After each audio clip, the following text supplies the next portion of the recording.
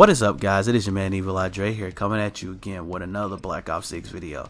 And in today's video, we're going to be talking about how Treyarch / Activision supposedly nerfed two boxing, and basically how them doing that essentially broke the game. And to me, it's not really making sense how they could put more effort into doing that than stopping the blatant cheaters and all these rampant glitches that are going on in the game. First, we're going to talk about the whole idea of two boxing and what it is. For those of you who don't know, two boxing is when somebody owns two different consoles, creates two different accounts, and they have their regular account with their regular stats from regular skill-based matchmaking, and then they have a secondary account with very trash stats. Usually somebody goes along the lines of having like a 0.1 win-loss and a 0.5 KD. Sometimes some people go even lower and like have like a 0.2, and essentially, you know what I'm saying, you have that trash stat account, look for lobbies, and you session join it, and you basically back out the other account, and you can play against bots all the time. Now, if you're a person doing that and you just feel like you're the best in the game, I can understand why two boxing gets that much hate if you're one of those people.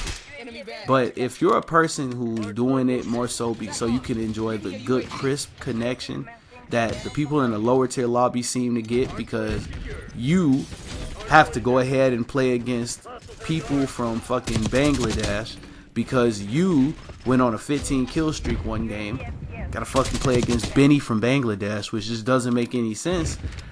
I could kind of understand why somebody would want a two box from those men.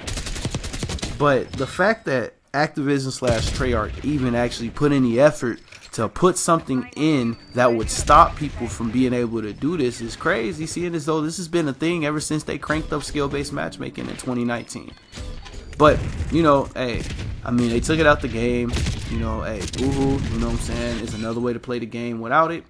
And best and believe, you know, I personally, as I said in the past, I don't have a second console or PC to rock with, or even a VPN.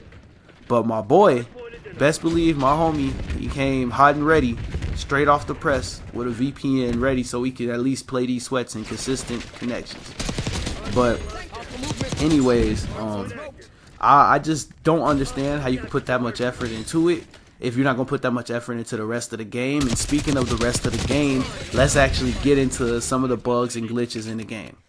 So first off, I've noticed occasionally that when I load in the game to try to pick up certain, you know what I'm saying, like weapons, let's say I want to pick a certain weapon and it's like a variant from the store or something out the battle pass, it'll pop up as like this colorful ass box. I'm sure that that's not like a big ass glitch, but you know what I'm saying, it's still something that you could draw attention to. As well as, for some reason in the game, ever since they put the Nuketown holiday version in the game, which in every Treyarch game, best believe you're going to get some form of a Nuketown holiday map. But ever since they put that in the game, I've been noticing that there's been like some weird bug where randomly people are glowing in the map. When I first saw it, I thought that I was getting killed by like some of that dismemberment BS that people be having on their guns. So I was thinking to myself, okay, I'm going to go into my settings and cut it off. But then I kept noticing it kept happening. And it's just like, it's weird. It's like you just got random people glowing yellow through the game. Like fucking random people just turning Super Saiyan for no reason. Shit is crazy when you really think about it. But I don't understand how glitches like this happen. And it's crazy because before they put that last patch in the game, I wasn't noticing any of these glitches. And speaking of glitches that they also didn't work on, let's talk about free-for-all for a quick second. Free-for-all is a mode where it's based on first person to 30 kills. But for some awkward reason, like literally they've kind of messed it up and it's become score based. So you could have 30 kills and literally be in last place in free-for-all, which doesn't make sense, and they need to draw attention to that to try to fix that. Also, one of the reasons why I'm kind of confused if this wasn't a bug, why they made it such a big deal to try to like focus on two boxing, is because how is it that you could prioritize somebody buying an extra copy of the game and playing against, you know, lower level competition, but then people who walk around with blatant hacks are perfectly fine? Warzone Rank came out, and guess what? To nobody's surprise, that shit is filled with hackers. When Rank Play came out, guess what? that shit is filled with hackers at the top brackets. So a lot of people don't even get to the top bracket because as soon as you get the slightest bit close, you're playing against people who run with walls, fucking aim locking ass shit, bro. Like, you're never going to actually see any form of improvement. And in my eyes, I feel like they should be focusing more on trying to fix this anti-cheat that's not really stopping shit than focusing on stopping people from pub, stopping the lower tier competition. Also as well, there's also been like a bug with the Perk Ghost. Now, I know recently they said that they fixed it, but I call cap because there's no reason why in every lobby I play, if I get a harp, you know, it's not already like bad enough that people have to deal with the fact that there's a counter to a high-end score streak. In my opinion, back in Modern Warfare 2019 with the advanced UAV, when they made it so, you know, if you was rocking Ghost in that game, it would counter the advanced UAV. I kind of can understand it. I kind of was just chalking it up to, okay, this is just an Infinity War thing. It's going to be the way they go about stuff. When I first saw it in a Treyarch title where they had it to where basically Ghost just flat out can counter the harp, and you know you're just a moving dot with no directional input, I thought that was extremely trash. But then I thought about it to myself. Why is there a counter to a high-end score streak? The only counter to the harp, in my opinion, should either be a counter UAV or this game's version of the air patrol. There should not be a perk that can counter how people see you on a high-end score streak. It just doesn't make sense to me. And while I'm finished talking about the Perk Ghost, let me also talk about how there's like a glitch in this game. I don't know, maybe just throughout the years they've just created like this situation where the UAV perk itself, I said perk, the UAV streak itself is just like underpowered, because there's times where I call a UAV in and people don't even show. And like before it does its first swipe, I don't even see dots. I don't see anything. I don't know if they just made the swipe slower or whatever, but there are actively people in the game who are not showing up on a mini map.